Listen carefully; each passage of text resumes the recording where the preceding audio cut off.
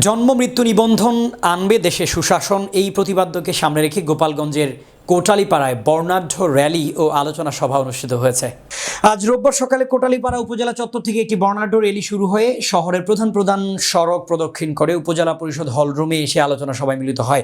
উপজেলা নির্বাহী অফিসার শাহিনুর আক্তারের সভাপতিত্বে অনুষ্ঠিত আলোচনা সভায় বক্তব্য রাখেন উপজেলা বিআরডিবি কর্মকর্তা Abu Taher Al Hilal, UP chairman Chowdhury Sultan Mahmud Kalu, UP সচিব রমণী রায়, সাংবাদিক মনিরুজ্জামান শেখ জুয়েল বক্তব্য রাখেন। উপজেলা নির্বাহী কর্মকর্তা শাহিনুর আক্তার বলেন, একজন শিশু জন্ম নিবন্ধনের মাধ্যমে সে যেমন রাষ্ট্রের নাগরিকত্বের পাশাপাশি সকল সুযোগ সুবিধাগুলো পায়, তেমনি মৃত্যুর আগে একজন ব্যক্তি যে সুবিধাগুলো পেত, মৃত্যু নিবন্ধন করা হলে ওই সুবিধাগুলি অন্য এক ব্যক্তি দ্রুত পেতে পারে।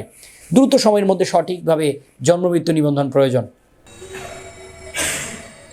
জন্ম নিবন্ধনের মাধ্যমে একজন শিশু দেশের জাতীয়তা অর্জন করে।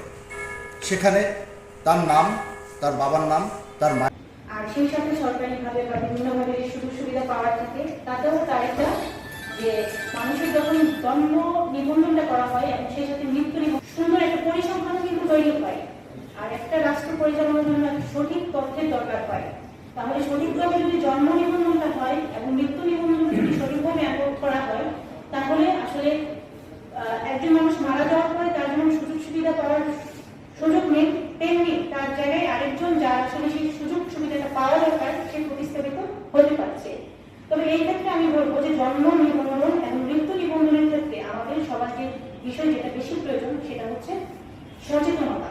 আমাদের মধ্যে জনসচেতনতার অভাব রয়েছে। তো আপনাদের মধ্য থেকে অনেক